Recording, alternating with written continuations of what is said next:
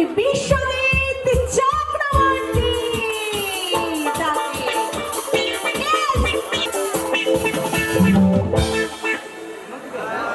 পাওয়া মানে আমাদের এই প্রয়াস, আমাদের গুরুজির এই যে সদিচ্ছা নিয়ে সকলকে আহ্বান, তা ফুললি সাকসেসফুল হয়ে ওঠা। আর যখন ব্যাজ দিয়ে, হৃদয় বন্ধনী দিয়ে তাকে আপন করে নেন স্বয়ং সেই সকলের প্রিয় আদিবাসী তন্ত্র সাধক আমাদের গুরুজি শ্রী সীতারাম সেনাপতি, আমাদের ভালোবাসার শ্রদ্ধার বিশ্বজিৎ দাকে, Shri Biswajit Chakraborty, no need of introduction, তাকে এই উত্তরীয় হোক ভালোবাসার মালা, শ্রদ্ধার মালা, সবটুকু নিয়ে যার অভিনয় দিয়ে ফুল ঝরে, with full of respect, this flower বুকে অনলি ফর আওয়ার বিশ্বজিৎ দা। ধন্যবাদ, শুভ সন্ধ্যা। আমার সৌভাগ্য আমি গুরুজির সঙ্গে একই মঞ্চে দাঁড়িয়ে আছি। এটা আমার পরম প্রাপ্তি আমার জীবনে। জীবে প্রেম করে যেই জন, সেই জন সেবিছে ঈশ্বর। আমরা এই শিক্ষাই পেয়ে এসেছি। আর গুরুজি যেভাবে মানুষের সেবা করেন, যেভাবে একটি আয়ুর্বেদ ভবন তৈরি করেছেন, যেভাবে 100 বেডের একটি হাসপাতাল তৈরি করেছেন, এবং যেভাবে আপনাদের কল্যাণার্থে নিজেকে নিয়োগ করেছেন, তাতে উনি সত্যি ঈশ্বর সেবা করছেন আমাদের বুড়ি ছোঁয়ার মতো করে। তাই আপনারা যারা গুরুজির সান্নিধ্য পেয়েছেন, তাদের একজন বিজ্ঞানের ছাত্র। আমরা যখন বড় হয়েছি তখন কলকাতায় এক বিপ্লব চলছে, এক আন্দোলন চলছে। আমরা আমাদের নাস্তিক হতে শিখিয়েছিল, আমাদের ঈশ্বর প্রেম সম্বন্ধে সন্দেহ জাগানো হয়েছিল। কিন্তু যত বয়স বাড়ছে, যত প্রজ্ঞা বাড়ছে, যদি আদৌ বেড়ে থাকে, আমরা বুঝতে পারছি আমাদের ক্ষমতা কত সীমিত। এবং এটা এখন আমরা জানি যে বিজ্ঞান যেখানে শেষ, মন্ত্রের সেখানে শুরু, আর মন্ত্র যেখানে শেষ, তন্ত্রের সেখানে শুরু। সেই তন্ত্র সাধক সীতারাম দাস বাবাজির জন্যে আমরা সম্মিলিতভাবে একটি জোরে করতালি দিই। আমাদের সঞ্চালিকা কি সুন্দর কথা দিয়ে মালা বুনতে পারে। আমার পরম বন্ধু, ছোট ভাই হিমাদ্রি আপনাদের সামনে সঙ্গীত পরিবেশন করবেন। আমি খুব বেশি কথা বলে আপনাদের সময় নষ্ট করব না, অনেক গুণী শিল্পীরা আছেন। এরপরে আমাদের অত্যন্ত আদরের অনামিকা সাহা রয়েছেন, যারা আপনারা নিশ্চয়ই তার কথা শোনার জন্য উদ্গ্রীব হয়ে রয়েছেন।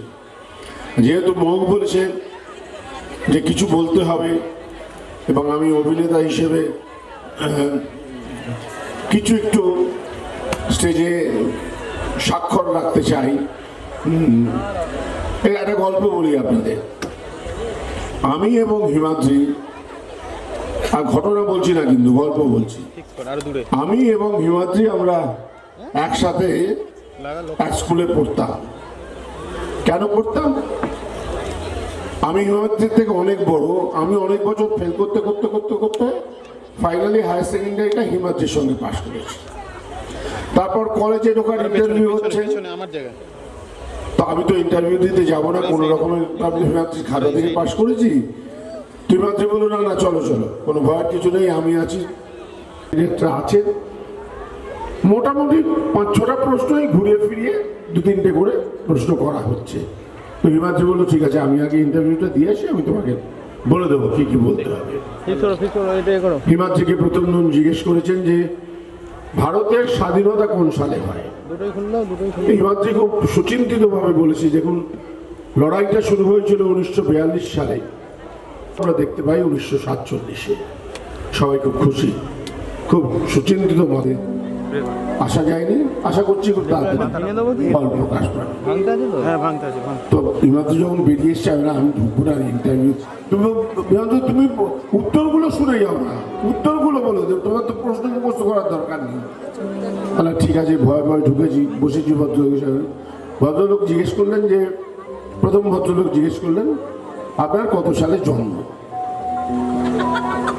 উত্তরটা হিমাদ্রি বলে দিয়েছিল আমায়। আমি বললাম দেখুন, সংগ্রামটা শুরু হয়েছিল 1942 থেকে, 1947 এসে আমরা পূর্ণরূপ দেখতে পাই। ঘাবড়ে গেছে, এটা কি বলছে লোকটা, ঠিকঠাক বলছেন?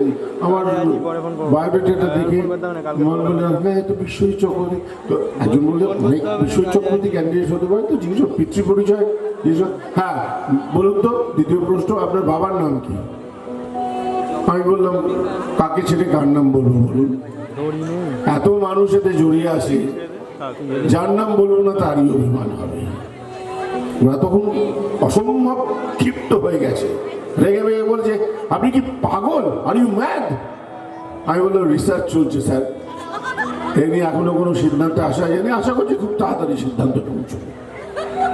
বলাই বাহিনী তারপরে আর ইন্টারভিউটা এগোয়নি। আর একটা কথা আপনাদের বলি, আমরা যারা অভিনয় করি দূরদর্শনে, চলচ্চিত্রে, ভাবি যে সবার খুব আনন্দে কাটছে আমাদের অভিনয় দেখে, আমরা সবাইকে খুব আনন্দ দান করতে পারি। সবসময় সেরকম যে হয় তাও নয়। একজনের অভিজ্ঞতা বলি, তিনি বলছেন টিভির কিছু প্রোগ্রাম আমার ফেলেছে ভীষণ ফ্যাসাদে। প্রথম গা করিনি, এখন বলছি ক্ষমা দে। টিভি দেখে কন্যা আমার করে রূপের চর্চা, ওর রূপ কি বাড়ে ওই জানে, আমার বাড়ে খরচা। গিন্নি আমার রূপেতে নেই, তিনি শেখেন রান্না, আমি তার গিনিপিগ, তিনি নিজে আগে খান না। বাজার যাওয়ার সময় আমার গিন্নি বললেন শোনো শোনো, সামান্য কয়েকটা জিনিস লিখে দিচ্ছি, একটু মনে করে এনো। আলু, পেঁয়াজ, পেঁপে, মূলো, 1 প্যাকেট মেডিকেটেড তুলো, রসুন, লঙ্কা, ধনিয়া পাতা, রেসিপি লেখার 2টো খাতা, বিট, গাজর, বিনস, শশা, কমলা লেবুর শুকনো খোসা, 250 গ্রাম সজনে ডাঁটা, তারপর একটা লিখে কাটা, মাশরুম অর্থাৎ ব্যাঙের ছাতা, অনেকটা মেহেন্দি পাতা, কেশর, জায়ত্রী, জায়ফল, 1 শিশি গোলাপ জল, হাঁস অথবা মুরগির ডিম, একটা কোল্ড ক্রিম। যাক, লিস্টটা শেষ হলো। ছোট্ট লিস্ট, মনকে সান্ত্বনা দিলাম, একদিক থেকে তো এও ভালো, নতুন নতুন রান্না হবে, না হয় কিছু খরচা হলো। প্রথম দিন খাবার আগে বউয়ের মিষ্টি ব্যবহারে আমি একটু ঘাবড়ে গেলাম। বউ বললে শুনছো তবু শোনো, গরম ভাতে তোমায় নতুন নতুন সব রান্না দিলাম। খেতে খেতে আমার মনে কেমন যেন ধন্দ জাগে, রান্নাগুলোর মধ্যে যেন কোল্ড ক্রিমের গন্ধ লাগে। মুখ বুঝে তাও খেয়েই গেলাম। নতুন কোনো রান্না হবে, রান্না খারাপ বললে আবার গিন্নি নিশ্চয়ই কষ্ট পাবে।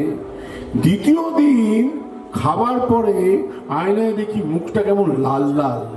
গিন্নি এসে চমকে বলে এই মরেছে কপাল, কষ্ট করে চাটনি রাখলাম বেকার হলো খাটনি, ধনিয়া পাতার বদলে রাখলাম মেহেন্দি পাতার চাটনি।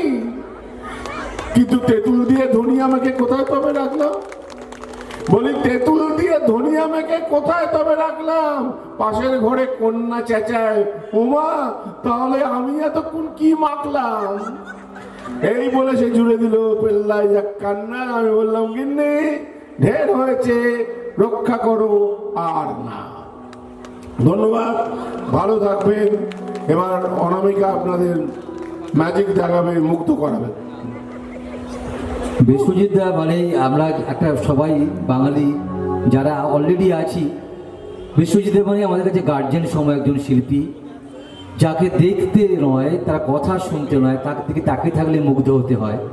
এটা অন্তত আমি তো অনুভব করি, আপনার বউ করবেন না, কারণ কথায় আছে প্রদীপের তলারই অন্ধকার, এটা সবসময় হয়ে আছে। কিন্তু আমাদের একটা সৌভাগ্য ইচ্ছা আছে, এই ব্যান্ডটা এবছর নতুন এসছে, আবার সাউন্ড দারুণ সাউন্ড এসছে, সেই আবৃত্তিটা শুনতে চাইবে যেটা আবৃত্তি করেছেন আগের বছর। একটা কিছু হোক, আবৃত্তি জাতীয় কিছু, আর একটা গ্রাম বাংলা আপনার সেই বিখ্যাত ডায়ালেক্ট, একটা কিছু। আর কি চাই?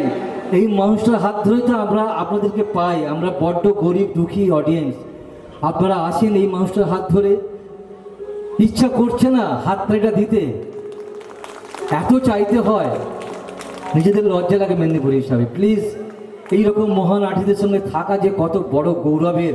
5 টাকা দিয়ে আমার জগৎ শুরু হয়, আজ অনেকটাই পাই, সেটা থাক। কিন্তু আমাদের কত সৌভাগ্য, আমরা এখনো দেখছি। একবার ছড়িয়ে একটা হাততালি হোক সবাই মিলে একসাথে। Thank you sir. একটা কিছু এক্স্যাক্টলি হতেই হবে। তবে বিশ্বজিৎ দা এত শান্তশিষ্ট, পরেরটাও বলি পত্নীনিষ্ঠ ভদ্রলোকের মতো, তার মাঝে যে পরিচালকের কথার বাইরেও এমন রস সঞ্চার করা যায়, পুরো রসে একেবারে টইটুম্বুর কেয়াপাত। আমাদের হাতগুলো কি বলবে, আরেকবার হোক, তাই না বলো? ও না পেলে যে বুঝতে পারতাম না গো। আপনাদের জন্য অনেক ভালো সংলাপ অপেক্ষা করে আছে। আপনাদের প্রিয় শিল্পী অনামিকা সাহা উঠবে। আমি সংলাপের মধ্যে যাচ্ছি না, আরেকটি আবৃত্তি করি।